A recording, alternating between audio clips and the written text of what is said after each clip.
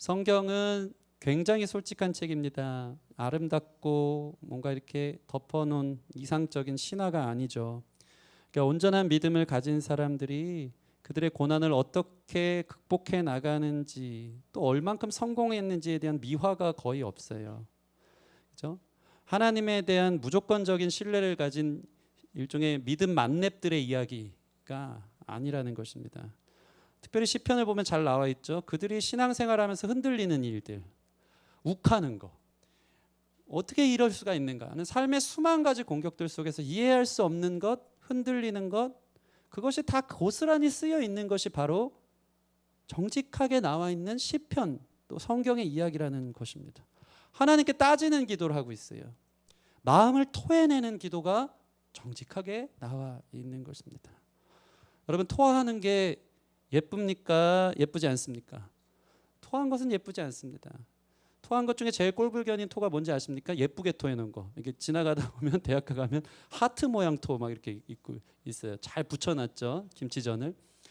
토인데 그 예뻐요, 안 예뻐요? 아무리 예쁘게 꾸며놔도 토한 것은 예쁘지 않은 것입니다. 이게 뭡니까? 아름답다는 전제가 아니에요. 기도할 때 우리가 하나님 앞에 막 포장해서 아름답게 나가는 게 아니고 사실은 인생의 수많은 공격들, 어려움들, 고난의 이유들 속에서 정직하게 토해내고 있는 거예요. 하나님 너무 힘듭니다. 죽겠습니다. 흔들립니다. 주님 어디 계십니까? 이것이 정확하게 쓰여 있는 것이 성경이라는 것입니다. 그러니까 이러한 솔직한 성경을 읽을 때 사실 우리 삶에 굉장한 유익이 있다는 것입니다. 그게 나의 삶이기 때문입니다.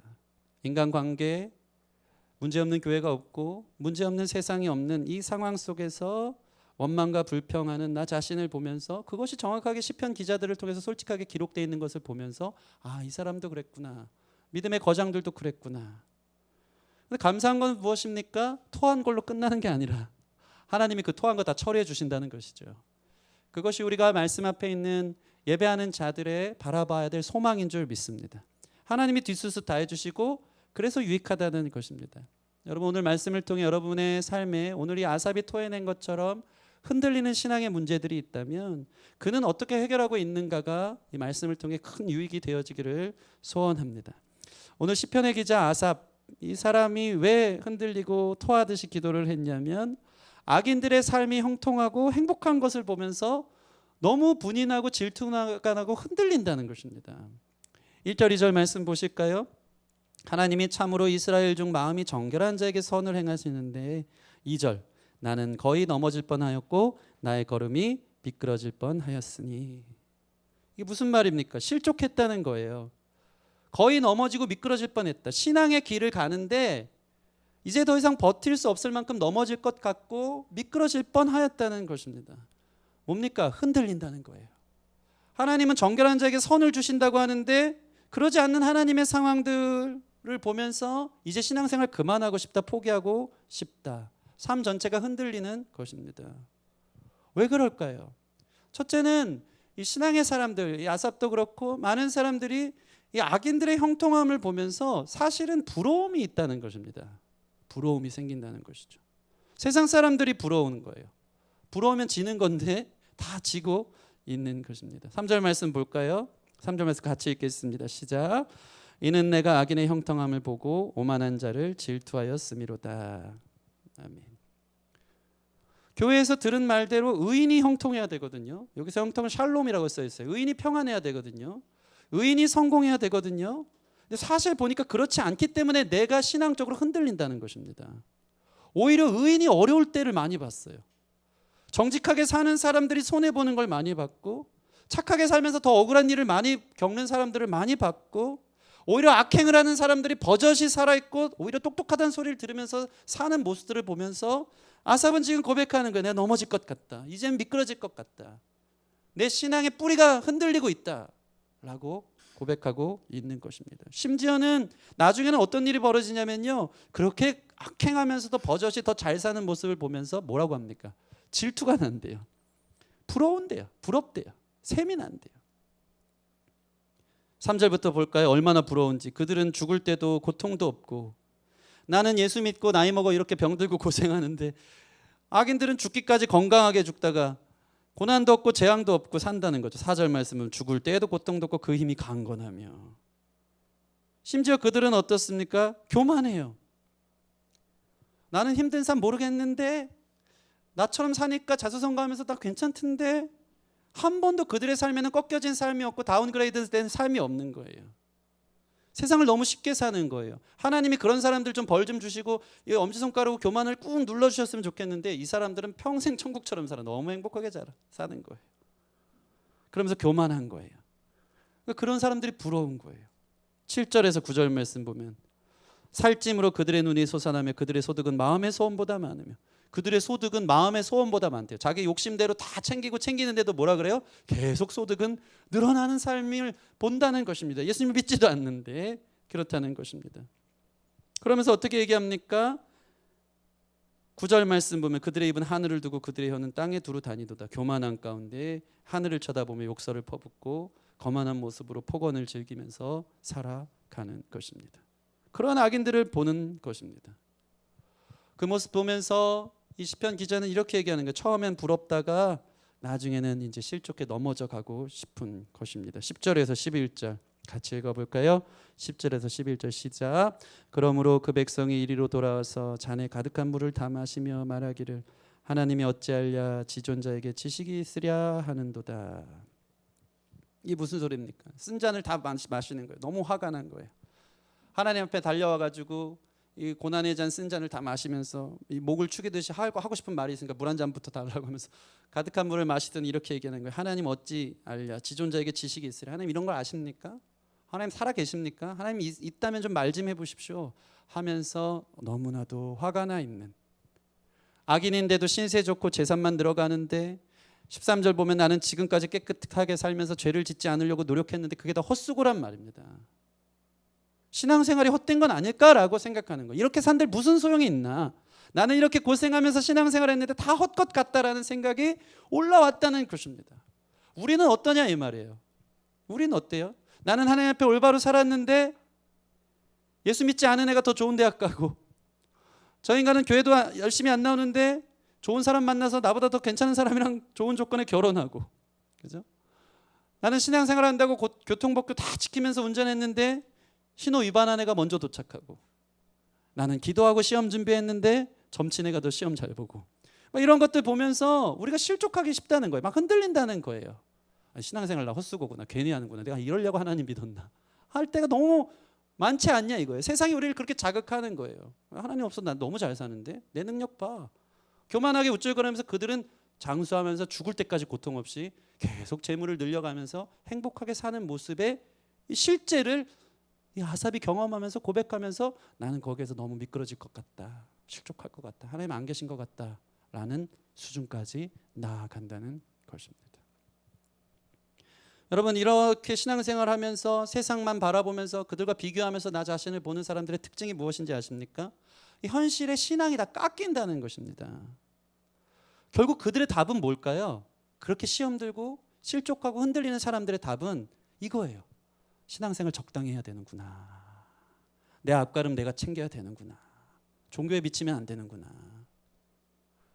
주변에 그런 얘기들 우리가 듣는 거예요. 야, 너 바보처럼 교회 다니지 마. 그게 맞는 것 같네. 지나고 보니까 현실을 살면서 세상 사람들, 예수 안 믿는 사람들이 더 행복하고 잘 사는 거 보면서, 내가 너무 미쳤었나? 내 앞가림도 못하고 그렇게 살았나? 그 얘기들이 막 달게 들리는 거예요. 야, 코로나 시국에 무슨 예배를 드리러 교회를 가? 그 말이 맞는 것 같고, 적당히 해. 취미생활처럼 동호회처럼 그냥 다녀. 교회 너무 미치지 마. 신앙 좋고 교우 관계도 중요한데 너 살 길부터 찾아. 이게 현실적으로 정말 들릴 때가 얼마나 많은지 모릅니다. 우리의 믿음은 얼마나 현실 가운데 깎여져 살고 있습니까? 그것이 올바른 판단인 것처럼 생각하며 살고 있지는 않느냐 이 말입니다. 재미있는 얘기인데, 대학 시절의 기도와 장년들의 기도가 다르다고 합니다. 이 대학생 때만 해도 이 현실을 잘 몰라요. 그래서 대학교 막 여러 가지 기도 학생에 막 들어가면서 뜨거울 때, 가장 뜨겁고 낭만적일 때 있지 않습니까? 그들이 선교를 가면서 선교에 대한 기도가 달라진다고 합니다. 대학생들은 기도 딱 시작하면, 하나님 그 땅을 밟으며 그 열방을 주님의 나라가 되게 하시고 하나님의 역사를 보게 하시고, 얼마나 믿음으로 기도하는지 몰라요. 근데 조금 현실에 이 믿음이 깎여진 나이 든 30대 청년들이 선교 갈 때는 어떻게 기도하는지 아십니까? 조금 현실적이에요. 가서 맡은 일 잘하고 사명 잘하고 돌아오게 해주세요 라고 기도한다고 합니다. 장년들의 기도는 어떻게 바뀌는지 아십니까? 그저 사고 없이 무사히 다녀오게 해주세요. 안다는 거예요. 현실에 다 깎인 거예요. 계산해 보니까 대학생들은요, 기도를 하면 무슨 일이 있어도 하나님 일하신다는 믿음이 있거든요. 근데 30대쯤 되면은 기도하면 우리 마음이 뜨거워지지. 아, 이것이 우리에게 참 필요하지. 장년들은 왜 기도하는지 아십니까? 기도 안 하면 찜찜하니까 기도하는 거예요. 기도해야지. 이게 막 현실 상황, 예수 믿는 것 헛되고 적당히 해, 적당히. 현실을 내가 살아보니까 돈이 최고고 오히려 예수 안 믿는 사람이 더 잘 나가는 것 같고, 이런 모습 보면서 실족하여서 비교하면서 하나님 어디 계시냐, 아 모르겠다 하면서 기도 자체가 달라지는 게 우리의 현실적 상황이라는 것입니다. 열심히 신앙생활하는 게 헛되구나, 성공과 성취, 고난을 벗어나는 것과는 전혀 상관없는 일이구나 라고 생각하면서 실망할 때가 많다는 것입니다. 왜 이런 일이 벌어질까요? 여러분, 분명히 얘기하지만 우리의 신앙생활이 잘못된 목표와 근거에 잇대어 있기 때문인 거예요. 이것을 분명히 아시기 바랍니다. 흔들릴 만한 것에 자기를 두고 거기에 신앙생활을 이용해서 자기가 기대하는 그 어떠함을 이루기 위한 것이 전부일 때 우리는 반드시 실족하게 되어 있다는 것입니다. 우리 자신을 보란 말이에요. 이 전도서는요, 이 지혜자 전도서, 솔로몬이 쓴 전도서에 보면 왜 우리가 신앙생활을 하면서 실족하는지에 대한 그 목표와 방향이 잘못된 설정된 것에 대해서 기가 막히게 이야기하고 있습니다. 한번 볼까요? 전도서 7장 15절 18절 같이 한번 읽어보겠습니다. 시작. 내 허무한 날을 사는 동안 내가 그 모든 일을 살펴보았더니 자기의 의로움에도 불구하고 멸망하는 의인이 있고 자기의 악행에도 불구하고 장수하는 악인이 있으니 지나치게 의인도 되지 말며 지나치게 지혜자도 되지 말라. 어찌하여 스스로 패망하게 하겠느냐. 지나치게 악인도 되지 말며 지나치게 우매한 자도 되지 말라. 어찌하여 기한 전에 죽으려고 하느냐. 너는 이것도 잡으며 저것에게도 내 손을 놓지 아니하는 것이 좋으니 하나님을 경외하는 자는 이 모든 일에서 벗어날 것임이니라. 지혜자, 이 전도자 솔로몬은 이렇게 얘기하고 있습니다. 내가 이 세상 모든 일을 살펴보니까 의인이 멸망하고 악인이 장수하는 것들을 내가 보았다. 지금 아삽이 경험한 그대로를 경험하고 있는 거 아닙니까? 그러나 그는 이렇게 판단하고 해결합니다. 첫째는 16절 다시 한번 비춰주시겠습니까? 전도서 7장 16절. 지나치게 의인이나 지혜자가 되지 말라는 것입니다. 이게 무슨 얘기인지 아십니까? 하나님 앞에서 자신의 의를 자랑하지 말라는 것입니다. 지나치게 의인이고 지나치게 지혜자가 돼서 내가 이렇게 의인이고요, 내가 이렇게 신앙생활 잘하고요, 내가 이렇게 지혜자가 돼서 하나님 잘 섬기는데 자기가 헛똑똑이가 된 거예요. 그러면서 내가 이렇게 하나님 앞에 의인인데, 내가 하나님 앞에 이렇게 잘 사는데 이게 뭐지? 도대체 왜 그거에 대한 피드백이 기브앤테이크로 내가 이렇게 하나님 앞에 의인으로 섰는데 하나님 나한테 돌아온 게 뭐지? 하면서 하나님에 대한 거래에 빠진다는 것이에요. 지나치게 의인이 되거나 지나치게 지혜자가 된 사람들은요, 자칫 하나님과 계산기 두들겨 가면서 내가 하나님 앞에 지혜롭게 신앙생활하고 의인이 되었기 때문에 당신은 선하기에 나에게 이런 보상을 줘야 된다라는, 사실은 가장 멍청이 같은 신앙생활을 한다는 것을 전도자가 봤다는 것입니다. 하나님과 거래하는 거예요. 지나치게 똑똑한 신앙생활하는 거예요. 계산기 두들겨가면 내가 이만큼 봉사했으니까 이 정도는 나와야 된다. 내가 새벽 기도는 했기 때문에 하루 종일 우울한 일은 없어야 된다. 내가 기도하고 운전했기 때문에 사고는 안 나야 된다. 이거를 대입할 때가 우리 삶에 얼마나 많은지 몰라요. 내가 이렇게 기도로 준비했고, 내가 이렇게 헌신했고, 내가 이렇게 하나님 앞에 서려고 노력했고 봉사했는데 당신이 나에게 하신 건 뭡니까? 너무 똑똑해. 거기에 빠진 거예요.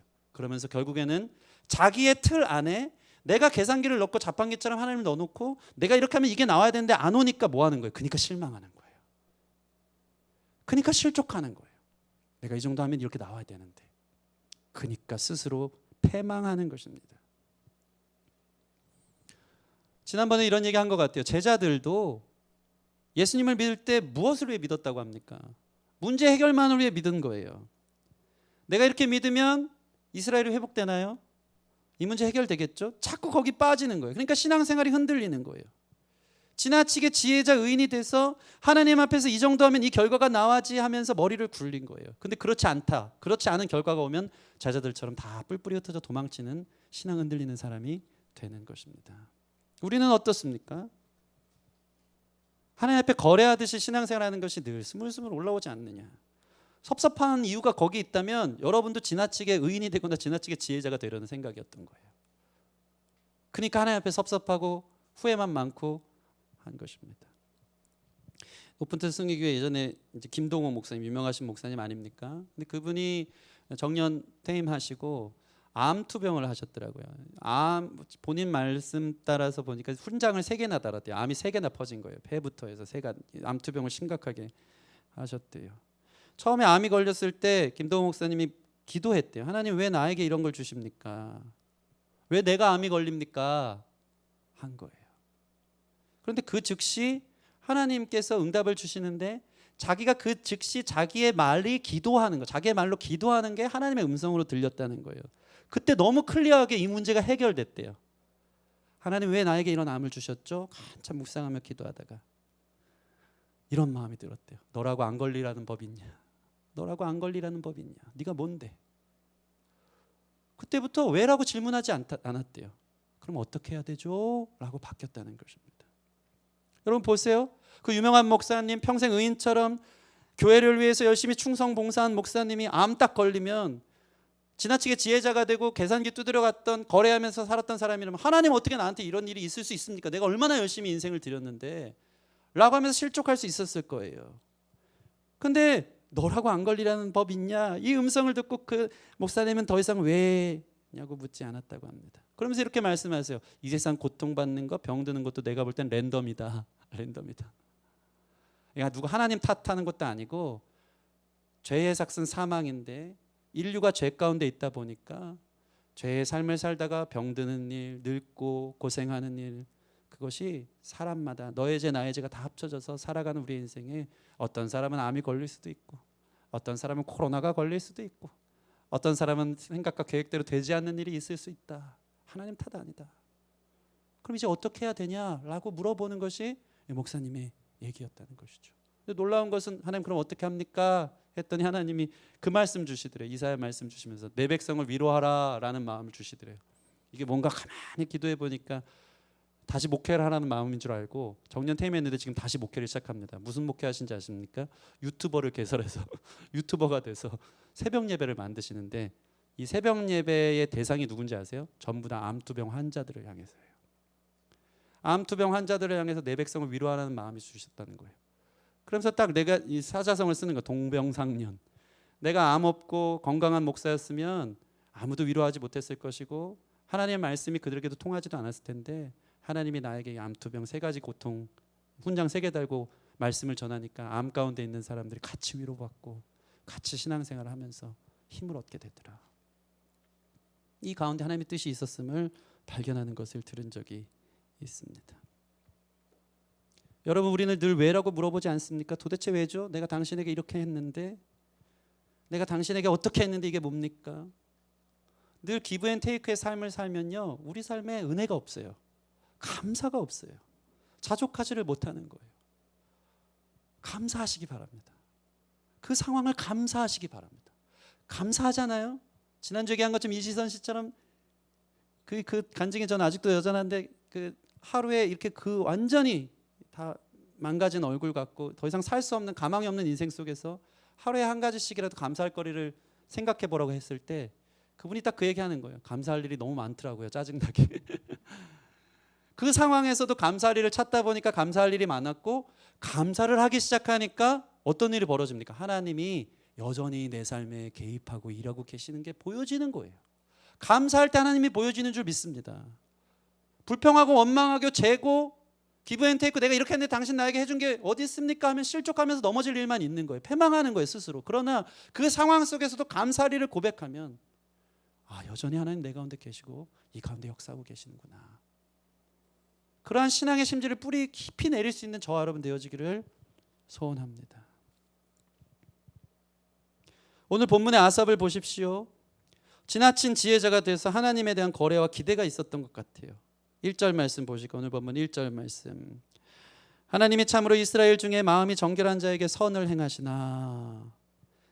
이 정결한 자에게 선을 행하신다는데 자신의 기대가 무엇이냐면, 자신의 거래가 무엇이냐면, 선에 대한 하나님의 착함, 선함, 그 의로움의 결과는 형통과 성공과 번영이었다고 그는 생각했던 거예요. 1절 보면 하나님이 참으로 이스라엘 중 마음이 정결한 자에게 선을 행하시는데, 자기가 넘어질 뻔한 이유가 뭐냐면 그 선이 자기에는 없는데 악인에게는 형통과 번영과 축복과 성공이 있는 걸 보니까 그것 때문에 비교하면서 실족할 만한 일들이 벌어진다는 것입니다. 지나치게 지혜자가 된 거예요. 흔들린 거예요. 그러면서 자기도 내가 이렇게 거룩하고 깨끗하게 사는 게 헛되구나 하는 거예요. 여러분, 우리가 겸손하길 바랍니다. 우리의 삶이 하나님 주권에 있음을 믿으시기 바랍니다. 하나님 선하십니다. 그분의 방법이 선함을 믿으시기 바랍니다. 이해할 수 없지만 하나님 신뢰할 수 있는 예배자들이 되어지기를 바랍니다. 내가 이걸 넣었는데 이게 나와야지라고 하나님 이해할 수 있는 분이 아니에요. 구구단을 외우는 아이에게 미적분을 가르쳐준들 그거 이해합니까? 못 외우는 거야. 하나님의 크심을 우리가 다 헤아릴 수 없어요. 그분의 시점, 그분의 때, 그분의 시기를 우리는 다 이해할 수 없어요. 그러나 하나님 선하심을 믿으시기 바랍니다. 아버지가 그 아들에게 당신이 사는 모습들을 다 일일이 가르쳐준들 아들은 이해할 수 없어요. 그냥 그 아버지를 신뢰하며 걷는 거예요. 우리가 비행기를 탈 때 비행기가 이륙하는 원리가 어떻게 되는지 어떠한 역학적 원리로 비행기가 뜨게 되는지 그거 다 알고 비행기 타는 사람 있습니까? 그냥 믿고 타는 거예요. 그랬더니 원하는 목적지에 도착하는 거예요. 우리 하나님을 신뢰하는 것은 바로 이것인 줄 믿습니다. 지나치게 지혜자가 돼서 자기의 계산기 두들겨가며 내가 이렇게 했으니까 하나님 이렇게 해주는 게 맞다라고 생각하는 자들에게는 실족과 실망만 기다리는 것입니다. 하나님 신뢰하는 예배자들이 되어지기를 바랍니다. 두 번째는 전도서 7장 17절에는 그 반대 이야기도 나옵니다. 지나치게 악인이 되고 우매한 자도 되지 말라. 17절 다시 한번 읽어볼까요? 시작. 지나치게 악인이 되지도 말며 지나치게 우매한 자도 되지 말라. 어찌하여 기한 전에 죽으려고 하느냐. 이게 무슨 말입니까? 완전 반대 얘기인데, 악인들이 죄를 짓고 살면서도 잘 먹고 잘 살더라 그런 거 보면서 자기 스스로가 어떻게 하냐면 지나치게 우매자가 돼요. 그게 뭡니까? 나도 신앙생활 대충 해야지, 하나님 안 계신 것처럼 나도 악인처럼 살아야지 하는 미련한 행동으로 자기 자신을 세워간다는 것입니다. 스스로가 악인이 되고 우매자가 되기로 결정한 거예요. 왜? 아무리 봐도 하나님 안 계신 것 같거든. 하나님 악인들 심판하지 않으니까 나도 그렇게 편하게 살래 하면서 그 길을 걷는 것입니다. 아삽도 그거 똑같이 고백하지 않습니까? 내 마음을 깨끗하게 하고 내 손을 무죄하게 하는 게 헛것이구나. 하나님 어디 계시나? 하나님 생각이 있는가? 하면서 나도 세상 사람들처럼 그대로 살래 라는 마음이 드는 거예요. 우리가 이렇게 믿음을 저버리고 살 때가 얼마나 많습니까? 하나님 믿기는 하는데 적당히 사는 거예요. 지나치게 우매자가 되는 사람들의 태도입니다. 하나님 공의의 하나님이고 하나님 우리 삶을 주관하시고 우리 인생의 주권자 되심을 믿으시기 바랍니다. 하나님 분명히 보고 계세요. 그래서 무서운 얘기하는 거 아닙니까? 우매한 자들을 향해 어찌하여 기한 전에 죽을 일을 네가 하느냐. 하나님 반드시 보고 계시고 행한 대로 보응하시는 분이라는 것인데, 그거 잊어버린 채 그냥 나도 세상 사람처럼 살래라고 얘기하는 것은 스스로가 너무 우매한 가운데 빠진다는 것입니다. 그래서 전도자는 이렇게 선포하고 있는 것입니다. 우리 전도서 18절 한번 펴주세요. 네, 같이 읽겠습니다. 시작. 너는 이것도 잡으며 저것에게도 내 손을 놓지 아니한 것이 좋으니 하나님을 경외하는 자는 이 모든 일에서 벗어날 것임이라. 아멘. 아멘. 이게 왜 해답이 될까요? 여러분, 하나님을 경외한다는 것은 나 중심에서 하나님 중심으로 바뀌는 겁니다. 하나님을 믿을 때 나 중심으로 믿는 거예요. 이렇게 하면 이런 복이 오고, 내가 이렇게 하니까 안 되더라 그러면 나도 모르겠다, 내 중심대로 우매하게 그냥 세상 사람들 똑같이 살래. 이 두 가지 결정을 늘 기억하세요. 저는 사실 오늘 말씀을 통해서 이 두 가지를 꼭 기억했으면 좋겠어서 그런 거예요. 지나치게 지혜자가 돼서 하나님 계산하듯이 신앙생활 하지 마시고, 에라 그렇게 했더니 아무것도 아니구나 하면서 지나치게 우매자가 돼서 나 하나님 없이 살래, 없는 것처럼 살래 하면서 너무 망가지는 삶으로 극단적으로 살지 마십시오. 신기한 건 이 두 가지가, 극단이라는 게 N극과 S극이 잘 붙잖아요. 완전 다른 측면의 얘기인 것 같지만 둘이 잘 붙어요. 결과적으로 뭘 얘기하는지 아십니까? 하나님보다 나 중심이에요. 하나님 믿어서 내가 잘 되는 거. 하나님 믿어도 별로 안 되니까 나 그냥 내 멋대로 살래. 다 나 중심적, 마귀적인 거예요. 하나님을 경외하는 것은 내 인생의 주권자, 주관자, 나의 삶을 통치하시는 선하신 하나님께 내 삶이 있다는 걸 믿고 신뢰하기 때문에 우리 삶에 일시적으로 일어나는 수많은 고통과 어려움의 문제, 내가 생각했던 것보다 어려운 일들이 일어날 때에도 하나님을 신뢰하고 하나님을 경외하고 두려워할 줄 아는 것, 그것이 바로 진정한 예배자요 진정한 신자의 태도라는 것을 기억하시기 바랍니다. 우리가 양쪽 극단에 치우칠 때 계속 이 균형을 유지해야 되는 거예요. 나 너무 하나님과 거래했다가 실망한 거 아닌가, 잘못됐구나. 나 너무 하나님 내팽개치고 내 멋대로 사는 거 아닌가, 잘못됐구나. 하나님 경외하자. 이러한 저와 여러분들이 되었으면 좋겠습니다. 하나님 중심에 여러분의 삶을 둘 때 우리 삶의 수많은 부러움들에서 벗어날 수 있는 줄 믿습니다. 마음의 갈등에서 벗어날 수 있고요. 성취가 많지 않아도 하나님 앞에 감사할 수 있고요. 악인의 길을 선택하고 잘 되는 것을 보면서도 안 따라갈 수 있는 것입니다. 하나님을 경외하는 저 여러분 됐으면 좋겠습니다. 아삽도 가만 보니까 감사한 건 이 길을 찾았다는 것입니다. 우리 16절, 오늘 본문 16, 17절 같이 읽겠습니다. 16, 17절 시작. 내가 어쩌면 이 일을 알까 하여 생각한즉 그것이 내게 심한 고통이 되었더니. 17절 시작. 하나님의 성소에 들어갈 때야 그들의 종말을 내가 깨달았나이다. 아멘. 아삽도 여러 번 실족할 뻔했고 미끄러질 뻔했고 신앙이 흔들렸는데 그는 그래도 늘 항상 하는 얘기는, 시편 기자들의 위대한 믿음은 뭐냐면 토하는 기도를 하더라도 누구 앞에 토한다고요? 하나님 앞에 엎드려지고 하나님 앞에 넘어진다는 거예요. 이 고통이 너무 힘들었는데 이걸 어떻게 해결하지? 하면서 지나치게 지혜자로 또 지나치게 악인으로 빠지지 않고 그는 하나님과 씨름하는 사람이 됐는데 17절 보면 어떤 일이 벌어집니까? 하나님의 성소에 들어갈 때야 내가 깨달았다는 거예요. 무슨 말입니까? 예배하면서 무엇이 삶인지, 무엇이 온전한 신앙생활인지 그는 깨닫기 시작했다는 것입니다. 결국 아삽도 예배로 승부한 거예요. 나 중심에서 하나님을 예배하는 하나님 중심으로 바뀌었을 때 예배하며 하나님의 크심을, 하나님의 선하심을 그는 깨달았다. 그리고 악인들의 종말을 깨달았다는 것입니다. 어디에서? 예배할 때. 여기서 한 번 예배드린 게 아니에요. 하나님의 성소에 들어갈 때야 할 때 여기 동사가 그저 완료형이 아니고 미완료예요. 그는 계속해서 예배하는 거예요. 어떻게 보면 이 해답이 그의 노년에 죽기 전에 해답일 수도 있었지만 그는 한 번도 예배를 놓은 적이 없고 예배하면서 마침내 인생의 문제에 대한 해답을 얻어서 그는 이 시편을 써내가면서 내가 예배할 때 그들의 종말을 깨달았고 하나님의 선하심을 보았다고 고백하는 것입니다. 결국 우리의 흔들리는 신앙을 우리의 어떤 교재도 어떠한 책도 어떠한 모임도 근본적으로 해결하는 게 아니라 오직 하나님을 예배할 때 하나님 임재 안에서 해결되어질 수 있다는 것을 여러분 믿으시기 바랍니다. 여러분에게 다친 마음, 흔들린 신앙, 그 모든 것을 소생할 수 있는 유일한 길은 역시나 예배인 것입니다. 깊은 임재 안에 깨닫는 것, 예배로 승부하는 저와 여러분 되어지기를 소원합니다. 제가 엊그제 금요일에 이제 대전을 갔어요. 대전이 그 피코더라고요. 피코, 코로나를 피해서 거기는 여전히 1단계고 더 안전하더라고요. 갔더니 교회에서 이 재직 수련회를 해요. 아는 은사 목사님 계신 큰 교회인데 와, 재직 수련회 하는데도 성도들이 이 거리두기 하면서 모였는데 성전도 크긴 하지만 많이 모였더라고요. 거기서 이제 특송하고 간증하고 사역을 좀 하고 예배를 드렸어요. 예배를 드렸는데 저는 목사기 때문에 앞에서 예배 인도하는 게 주류가 되었지 사실 예배 현장 가운데 있기가 쉽지 않은데 그러다 보니까 이 마치 그 쩍쩍 갈라진 가뭄에 쩍쩍 갈라진 이 땅이 비가 오는 것을 다 흡수하잖아요. 얼마나 달고 오묘하고 감사한지. 저를 위한 시간이었어요. 예배하면서 말씀을 듣는 내내 재직 수련했는데 저를 하나님 부르셔서 친밀하게 말씀해 주시고 십자가 앞에서 내 자아가 죽는 게 무엇인지, 거기서 내가 다시 살아나는 게 무엇인지, 내 손을 들 때 주님께서 내 손을 붙잡아 주시는 게 무엇인지 막 깨달으니까 그 어떤 여행, 그 어떤 힐링 그거 하나 소용없고 상관없고 가장 기쁘고 행복한 시간을 보내고 왔다는 것입니다. 예배자는 예배로 승부하는 것입니다.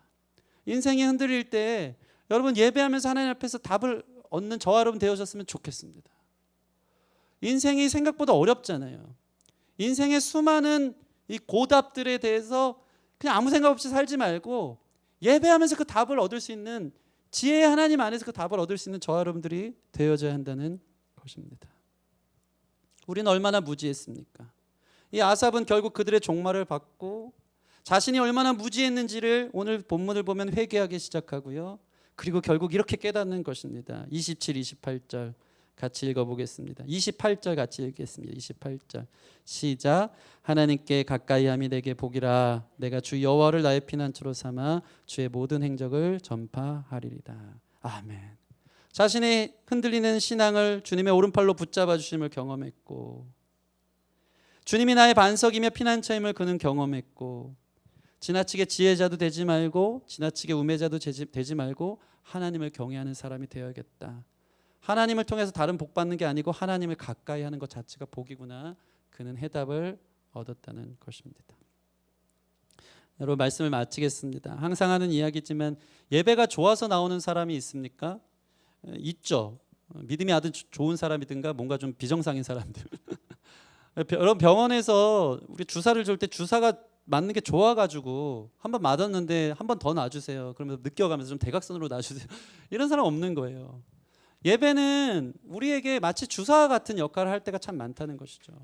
그러나 맞아야 사는 것처럼, 그렇게 맞아야지 우리가 다시 한번 면역이 생기고 세상에서 이길 힘을 얻는 것처럼, 우리는 예배가 우리를 살리는 것이기 때문에 끝까지 예배하며 그 안에서 해답을 찾는, 예배를 통해 하나님 앞에 설 수 있는 사람들이 되어져야 한다는 것입니다. 여러분, 무슨 일이 있어도 성소에 들어가시길 바랍니다. 우리 안에 부러움이 있을 때 무지함 속에서 어떻게 해결해야 됩니까? 예배 아니고는 장사가 없는 거예요. 이것을 기억하시기 바랍니다. 여러분, 그래서 이 세상에서 가장 지혜로운 사람이 어떤 사람인지 아십니까? 가장 힘들 때 주님을 찾는 사람인 줄 믿습니다. 지혜로운 사람이 되기를 바랍니다. 우리 온라인으로 예배하는 분들 옆에 식구들 있다면 꼭 이렇게 얘기해 주시기 바랍니다. 가장 힘들 때 주님을 찾으세요. 그것이 바로 가장 지혜로운 사람이라는 것입니다. 우리는 하나님의 성소에 나가는 것을 반복 훈련해야 되는 거예요. 고통이 올 때, 어려움이 올 때 우리는 누구냐가 드러나는 거예요.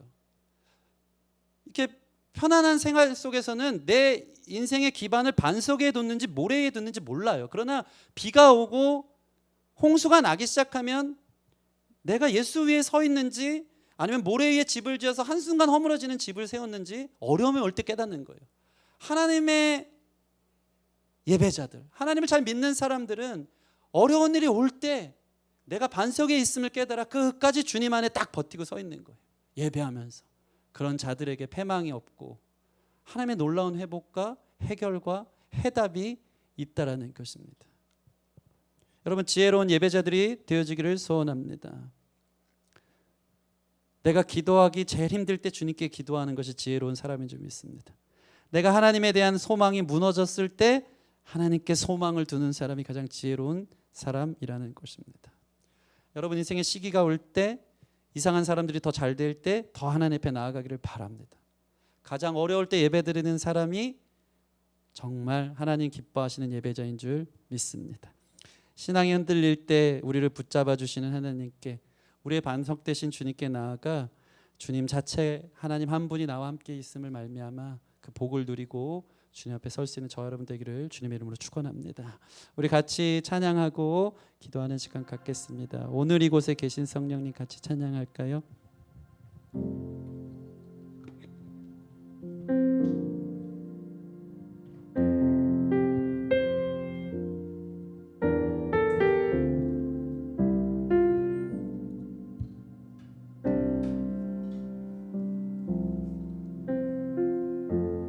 오늘 이곳에 계신 성령님, 오늘 이곳에 계신 성령님, 우리에게 말씀하시고 우리 가르치소서.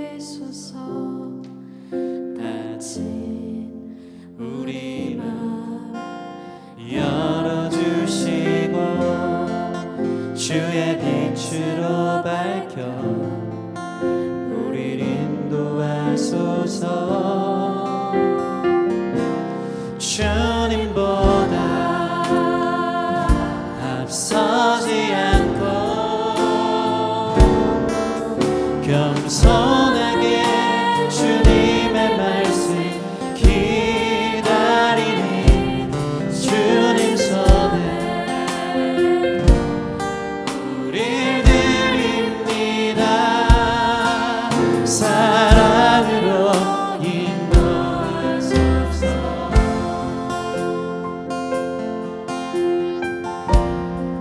오늘 이곳에 계신 성령님, 이곳에 계신 성령님, 우리에게 말씀하시고 우릴 가르치소서.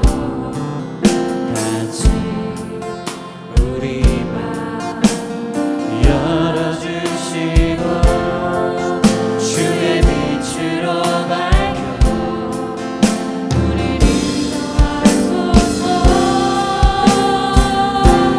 주님보다 앞서지 않고 겸손하게 주님의 말씀 기다리는 주님 손에 우릴 드립니다. 사랑으로 인도하소서. 주님보다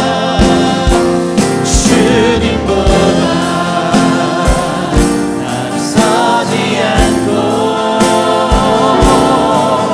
겸손하게 주님의 말씀 기다리는 주님 손에 우릴 드립니다. 사랑으로 인도하소서. 창조하신 모습 떠난 우리들, 창조하신 모습 떠난 우리를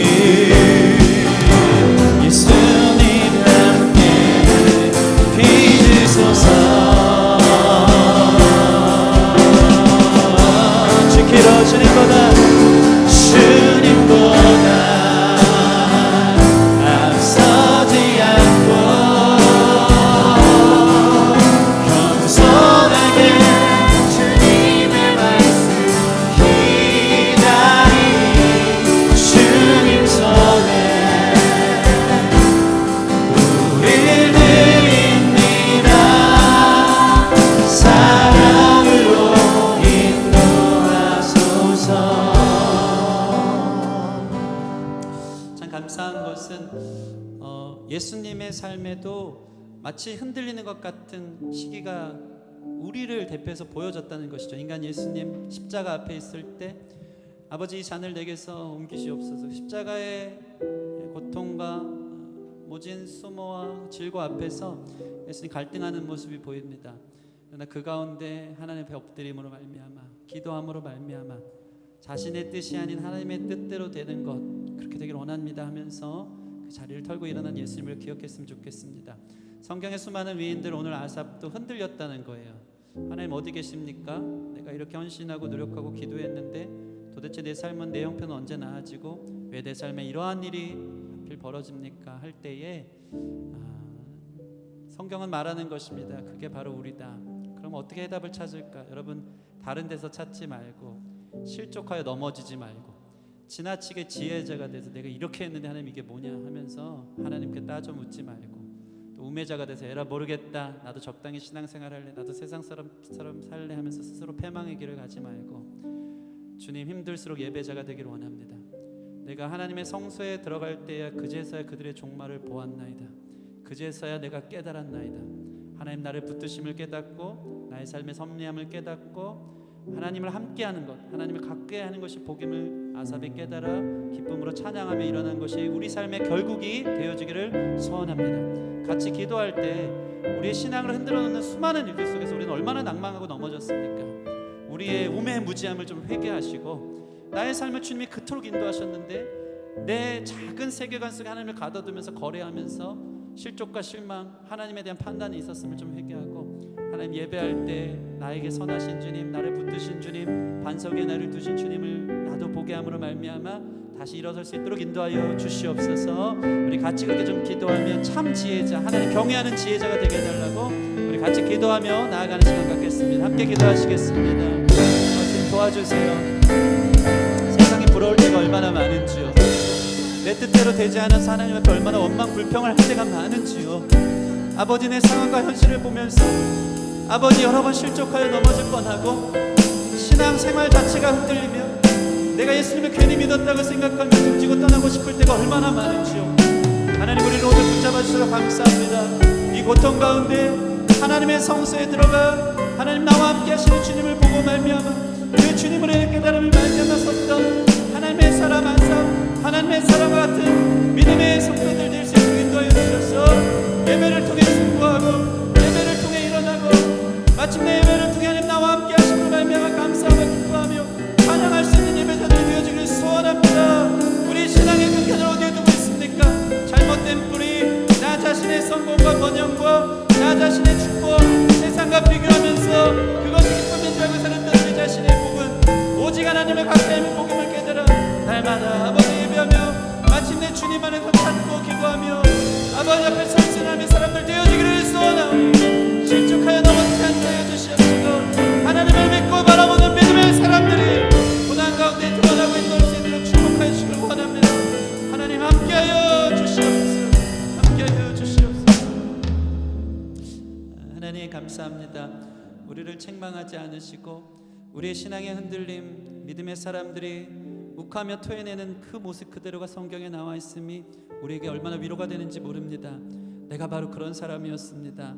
신앙생활을 열심히 할 때는 몰랐는데 하나님 축복해 주지 않고 내 뜻대로 되지 않을 때면 언제든지 등지고 떠날 것처럼 내 믿음에 뿌리가 있었나 생각할 만큼 하나님 원망하고 불평하며 아버지 여리저리 요동치며 흔들리는 것 같은 우리의 삶이 있었음을 주님 앞에 고백합니다. 아버지, 오늘 배웠습니다. 주님 경외하게 하여 주십시오. 하나님 선하십니다. 하나님 우리 인생의 주관자 되십니다. 하나님께 방법이 있고 모든 종말이 하나님 손안에 있음을 믿을 때에 예배자는 예배를 통해 승부하는 줄 믿습니다.